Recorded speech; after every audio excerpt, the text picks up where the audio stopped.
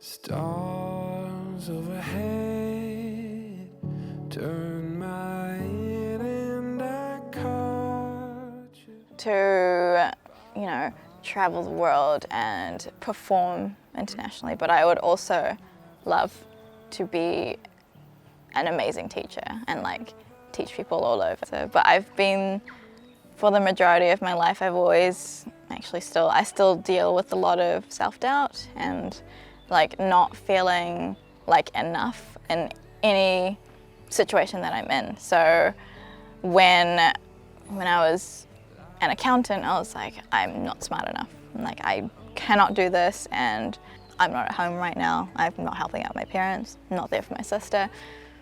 Those sort of things. Even though I deal with all of those feelings in real life, as soon as I get into Circus, or like as soon as I get into the zone, get on stage or whatever, it's like I put on a separate persona. And that has really helped me to deal with a lot of insecurities, because then, you know, I'll get on stage and I'm like, wow, like I'm the center of attention, like, and then I'll get off and everyone will be like, wow, like that was amazing. And, you know, I've reverted back to my normal persona. I guess I'm learning to listen to other people rather than just myself. Someone to hold on to. I couldn't believe it. I couldn't see. My circus story, I finished like secondary school or high school, and while all my friends were going off on like holidays, I saw a 2-week course in Circus in Bristol. Yeah. So it was just like a crash course thing, so I thought that would be fun, and I did that, and I just loved it, and my instructors were really supportive. And then she's like, oh, should we try circus classes at Dust Palace? I was like, oh yeah. I did the auditions, and then yeah, I got in, which was really surprising because I have absolutely no acting background or like no circus experience or anything. I started pole when I was 21. Went for my birthday and I was like, whoa, we're gonna be strippers for the night. And I went with my friends, and then I saw my teacher perform, and I was, you know, it was like 3 meters off the ground, a beautiful dancer and amazing, graceful. And I was like, oh yeah, I want to be able to do that. And then this opportunity came up to do a trial, but that trial also happened to be an audition for the scholarship program. So I was like, well, I'll go and give it a go. I don't know what I was doing. I have never gone upside down in my life. I never tried doing a handstand. I couldn't really do a cartwheel. Like, I'm not an athletic person. And I felt a bit silly being there because I was 22, 23, and there's all these like super bendy gymnast 9-year-olds. And I'm like, and then I got a call later saying I'd been accepted in the scholarship program. And I was like, all right, well, I guess I'm signing to doing this for a year. Thought it looked really cool. I was like, whoa, that looks so impressive. And so I was just taking 1 class a week, and I really enjoyed it. I was no good at it. I knew how to point my toes, but that was about it. It was actually very, very weak. But I really liked it, and my teacher saw that in me as well. And so she actually offered me like lots of summer training, so private lessons and things like that. And I got really, really into it. And it ended up kind of taking over my dance career. I started there, and she also had silk classes and lyra, so I was like, oh, I'll give it a go. It looks terrifying, but I'll give it a go. Yeah, so I started back 3 years ago and been going at it ever since. Pretty much refound my love for it.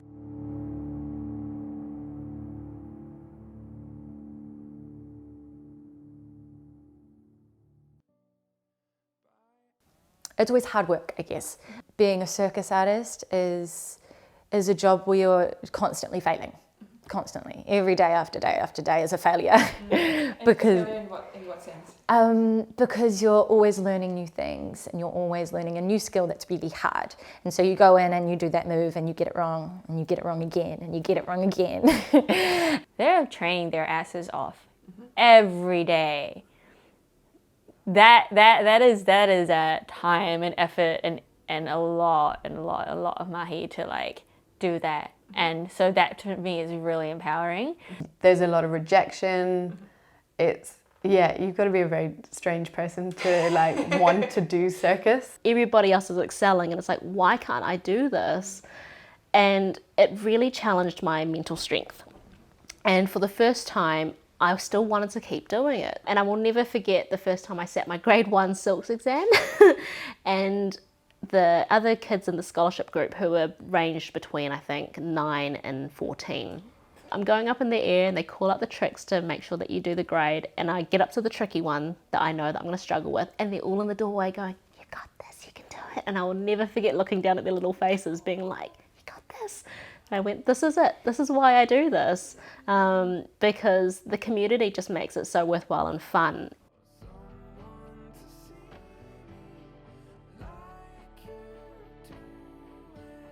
I thought I was going to be a vet. At one point, another point, I thought I was going to be a firefighter. I mean, it varied a lot. Pilot was a couple of times. Yeah. Maybe when I was younger, I really liked the idea of like acting. And like I did drama in like high school and stuff like that, but it never like really took off because I was really shy all the time. And then I guess the first proper like, I want to be this as an adult was photography. And so as a kid, I was like, well, I'm good at science. I want to be a scientist and find a cure for the common cold. Or I want to be a vet because I love animals and I love playing with things. And I was that kid that wanted to pick up caterpillars and like squish them and just see, oh, they made a green thing. Well, that's probably not good. I shouldn't do that. That might hurt them. From about the age of 8, I've always danced. So I've always been into performing, but never pictured it as my like end goal. I've been obsessed with animals since I was little, so I was always going to be a veterinarian. I tried architecture, like I went into media design as well.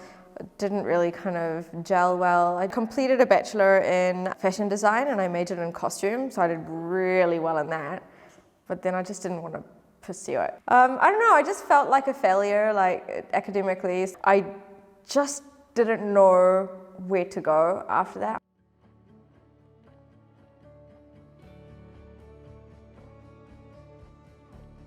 I did a certificate in small business management. It was just like evening classes with my dad, you know, like three days a week or something.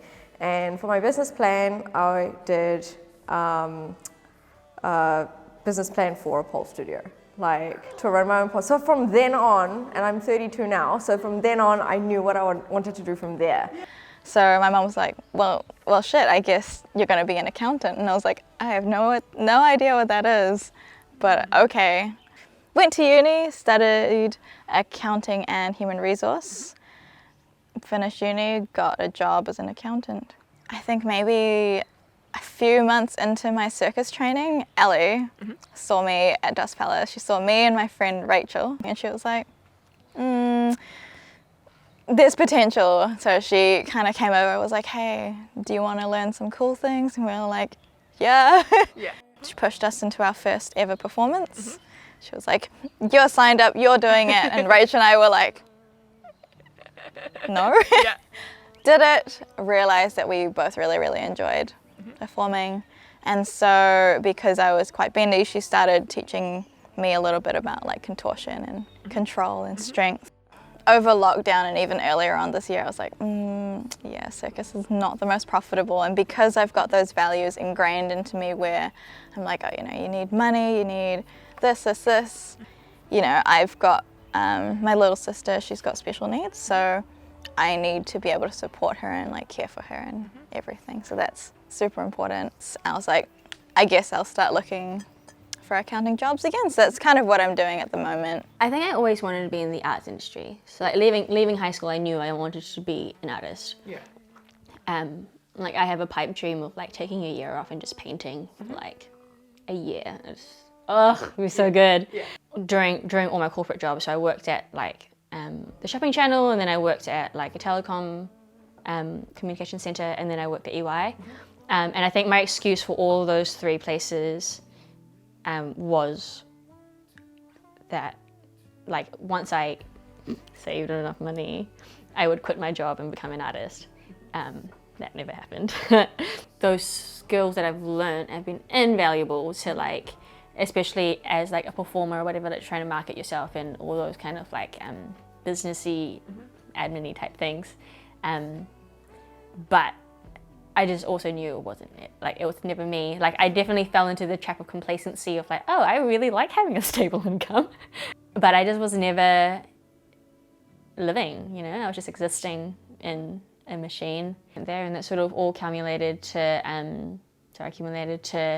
me going over to Montreal and auditioning for ECQ and for the Ada cruises. Didn't get into either, but it was like an incredible experience. And yeah, like I've learned so much from that whole like journey of things.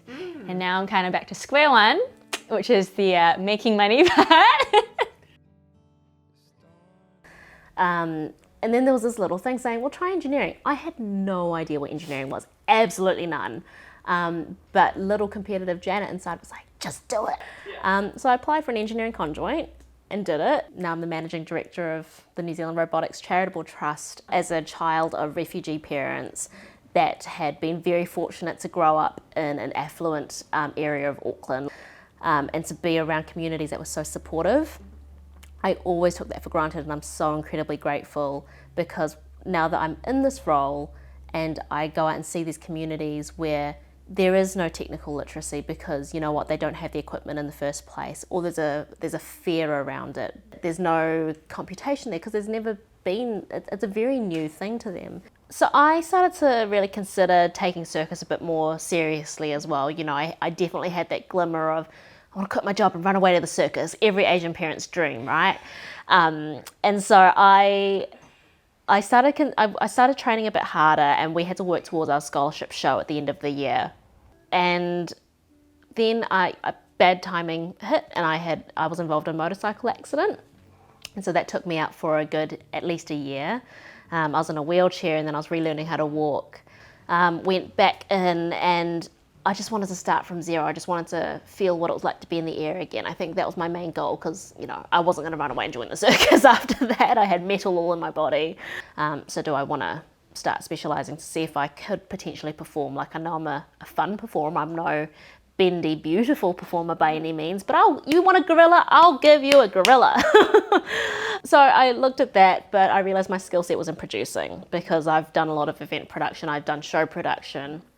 And by then I'd formed a really great friendship with Jay, one of the teachers there. And so he was working on a company called Manubrium Circus Theatre and working to kind of grow it. And they needed a producer, and I said, I want a creative outlet to make sure that I'm nurturing the side of me when I physically can't anymore. So I started working together with them, and that's where I started to see a glimmer of light come through. And I was like, this is actually what really excites me. I ended up kind of aiming towards a business degree. Did lots of accounting and economics and all that sort of stuff, and was really into it actually. But hated the idea of university. I just hated it. You know, I want to learn things that I find important and things that I think are interesting. And so as I got to the end of high school, I kind of veered off and went into like a whole new realm of stuff. I did a year of on-screen acting at a place called South Seas Film and Television. I loved it. I actually really loved it, mostly because I really like doing scenes and acting and playing parts and stuff like that. What I did hate was the improv and the being on camera unprepared. And I guess it was a little bit more of a rebellious thing to do. It was like all the way up until this moment, it was like, I'm going to go to university and do business. From there, I went on to be a nanny. So it's been a journey. Cool. And then it was only in my final year of my film degree that I decided, like, well, circus is great. If I'm going to try this, now's the time, like it's now or never. So I auditioned for circus schools around Europe. I wanted to try everything. Like, I did the big corporate gigs where you're paid for one night only and you performed to a bunch of people, which is fine, like that's great money when you can get them. Then there's kind of cabaret stuff, which I didn't like too much because I was never in one spot long enough to kind of become a established performer. But touring was what I loved and what I really wanted to do. And luckily enough, I got to do it.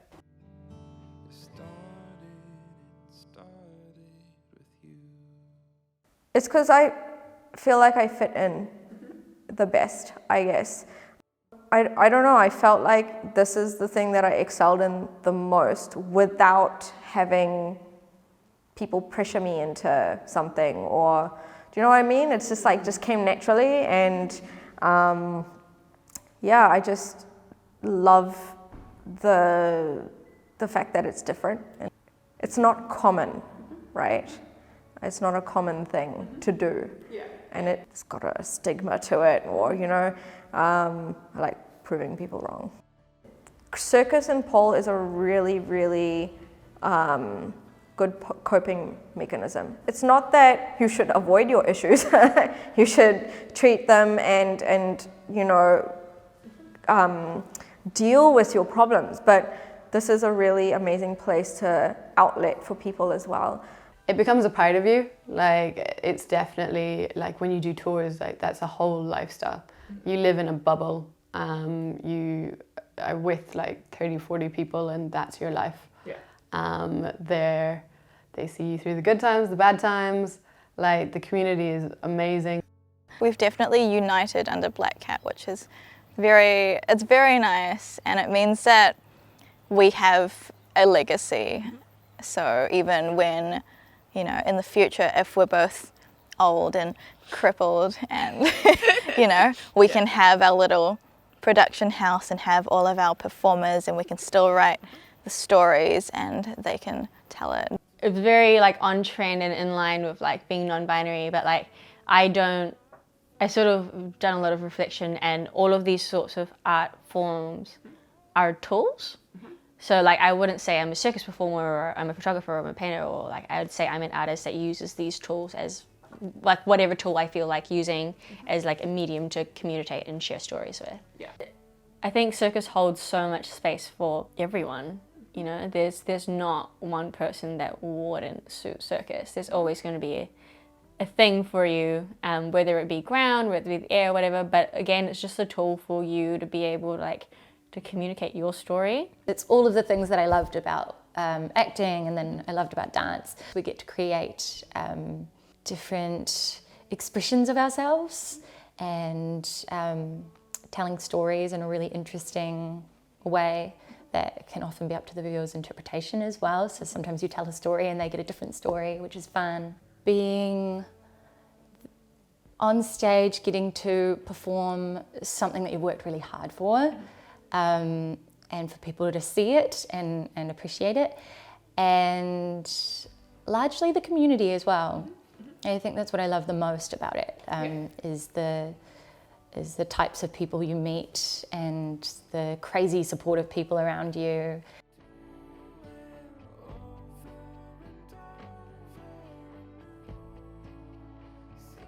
I want to put understanding out, because for a lot of people, like, they feel like they need to produce some kind of external picture of themselves. You aren't your achievements, you are whoever you want to be. I value people.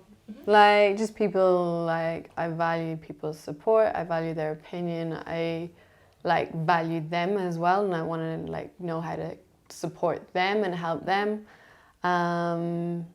But I don't know, values are hard. I think the biggest thing for me has always been like connection. And from that, like a lot of different topics, I think, you know, things we've done in the past, like connection, and like especially what I really love about the kaupapa of Manubrium is like basing stories on like mental health. That to me is also very important, because like having suffered everything, it's been very like cathartic and very empowering and meaningful to be able to share those stories and normalize conversations about mental health and stuff like that. And I think accessibility for me is so important, and representation is so important. Again, because I took for granted that I've got 3 older sisters and a mum who escaped the Vietnam War. They're all very strong role models. So I never considered that being a female was a weakness. I never considered that I was an ethnic minority. Like, these were all my role models around me. And so with Circus, when I see that I'm kind of the underdog because I've gone in there with zero natural talent, zero skill, I've had to work really hard to do some basic stuff. That's important to make sure that I say that loud and proud for others who go, oh, you've got to be super athletic for that. I'm like, no, you really don't. Yeah. I'm still not amazing, but hey, like I can do it and so can you. Is it Lizzo that goes, if you can love me, you can love yourself? Mm-hmm. And that's so true, right? Because I can share so much love for other people and appreciate their beauty in every way. But I've really struggled with that same kind of self-talk. I want to raise my kids with this sort of 76-year-old mediocre white man level confidence. I think one of my biggest, values is bringing joy and storytelling, I guess, bringing inspiration into people's lives, giving them something to see and feel and take home.